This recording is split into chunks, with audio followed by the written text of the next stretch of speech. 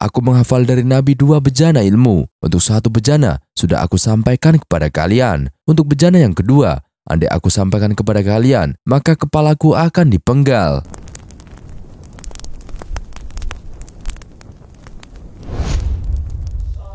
Assalamualaikum warahmatullahi wabarakatuh. Sahabat beriman yang dirahmati Allah Subhanahu wa Ta'ala. Selain dari Al-Quran, kita sebagai umat Islam wajib menjadikan hadis sebagai tuntunan. Di dalam hadis Rasulullah SAW banyak mencontohkan bagaimana caranya menjadi manusia yang benar. Dan sampai saat ini kita telah banyak mendengar hadis-hadis, baik itu bersifat sahih, hasan, dhaif, ataupun maudhu. Tapi ada hal yang perlu diketahui. Faktanya ada ribuan hadis yang telah kita dengar hari ini.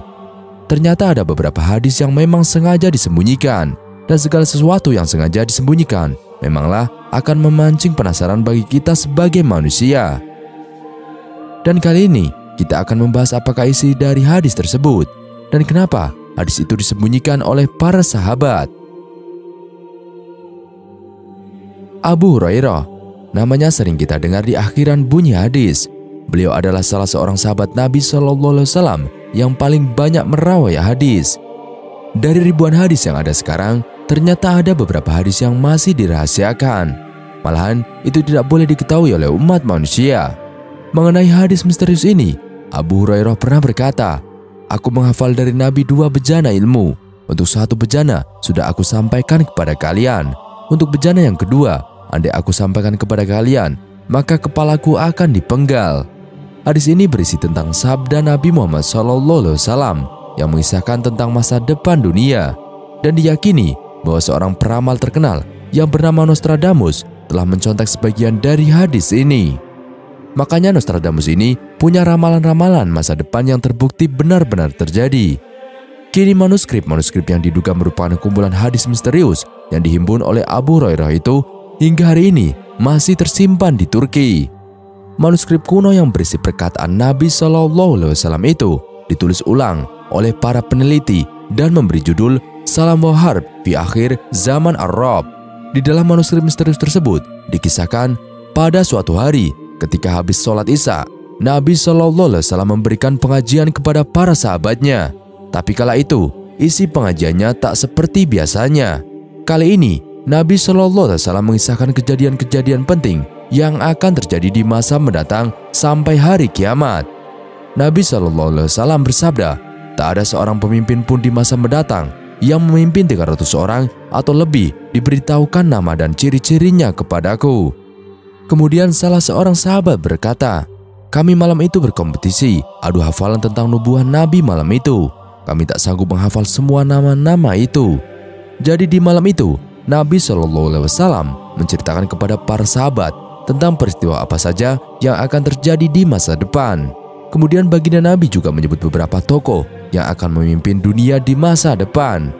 Para sahabat masih merasa enteng ketika menghafal nama-nama Arab seperti Anwar Sadat, Saddam Hussein, Nasir, atau Gamal Abdul Nasir dan lain-lain, atau menghafal nama lokasi seperti Mesir, negeri Isra Miraj, atau Palestina, Israel, Bani Israel, dan lain-lain.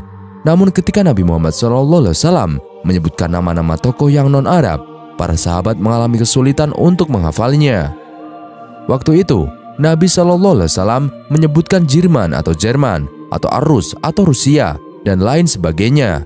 Abu Hurairah mengatakan sabda Nabi SAW yang berkaitan dengan akhir zaman itu memang sengaja disembunyikan secara rapat karena hal tersebut ditakutkan akan menimbulkan fitnah dan perpecahan dalam kehidupan manusia. Secara jelas juga Nabi SAW telah menyebutkan beberapa nama, tokoh, tempat hingga alasan peperangan itu bisa terjadi sebagai gambaran dari masa akhir zaman.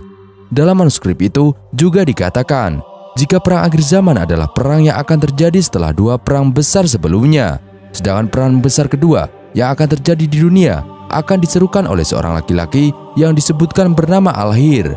Nah, Al-Hir ini dikatakan ingin menguasai seluruh dunia, dan dia berasal dari sebuah negeri yang bernama Jerman. Jika dilihat dengan seksama, kata Jerman yang menjadi pencetus Perang Dunia Kedua memiliki kemiripan dengan nama Jerman. Dan Al-Hir adalah sebutan untuk Adolf Hitler atau Hitler. Kemudian Abu Hurairah menjelaskan, dalam rangkaian hijrah sudah 1300 tahun, Mesir diperintah oleh seorang laki-laki yang dipanggil dengan Nasir dan disebut dengan bangsa Arab sebagai sang pemberani dari Mesir. Allah membuatnya hina dalam perang dan perang tidak memperoleh kemenangan. Kemudian Allah menghendaki Mesir memperoleh kemenangan di bulan-bulan yang mereka cintai. Mereka kemudian diterima sebagai pemelihara Al-Bait dan Arab. Ketika berada di bawah pemerintahan seorang laki-laki bernama As-Sadat bin Anwar atau Anwar Sadat, akan tetapi dia kemudian berdamai dengan pencuri Masjid Al-Aqsa di negara Al-Hazim atau Palestina. Di Irak akan muncul seorang laki-laki yang bertindak sewenang-wenang dan Sufyani, dan salah satu matanya terdapat tanda kemalasan. Nama orang itu adalah As-Sadam yang menjadi penghancur orang-orang yang bersekutu untuk menentangnya di Kuwait kecil yang dimasukinya. Ia adalah Mahdun. Kata As-Sadam di teks tersebut merujuk pada seorang mantan presiden Irak yang bernama Saddam Hussein. Kemudian isi dari manuskrip itu mengatakan, tidak ada kebaikan bagi Sufyani kecuali dengan Islam, dan kecelakaan bagi pengkhianat Al-Mahdi yang terpercaya. Kata Sufyani di teks itu maksudnya adalah Uni Soviet, yaitu sebuah persatuan dari 15 negara yang telah terpecah pada tahun 1991. Yang paling dominan adalah negara Rusia. Lalu manuskrip itu mengatakan, dalam rangkaian hijrah 1400 tahun, dalam hitungan 2 dan 3, Al-Mahdi Al-Amin keluar dan memerangi seluruh dunia dan menghimpun orang-orang tersesat dan dimurkai Tuhan, dan orang-orang yang tersesat dengan kemunafikan di bumi Isra Mi'raj di tepi bukit Majidun atau Israel. Dalam perang itu akan keluar seorang ratu dunia, pelaku makar dan pelacur, namanya adalah Ameriki atau Amerika Serikat. Ia akan menggoda dunia waktu itu dalam kemaksiatan dan kekafiran. Sementara itu, Yahudi dunia pada saat itu berada di tempat paling tinggi. Bangsa Yahudi menguasai seluruh Al-Quds atau Yerusalem dan Al-Madinah. Semua negeri datang dari laut dan udara, kecuali negeri salju yang menakutkan dan negeri panas yang menakutkan. Al-Mahdi melihat seluruh dunia melakukan makar buruk kepada dirinya, dan dia melihat makar Allah yang lebih hebat lagi.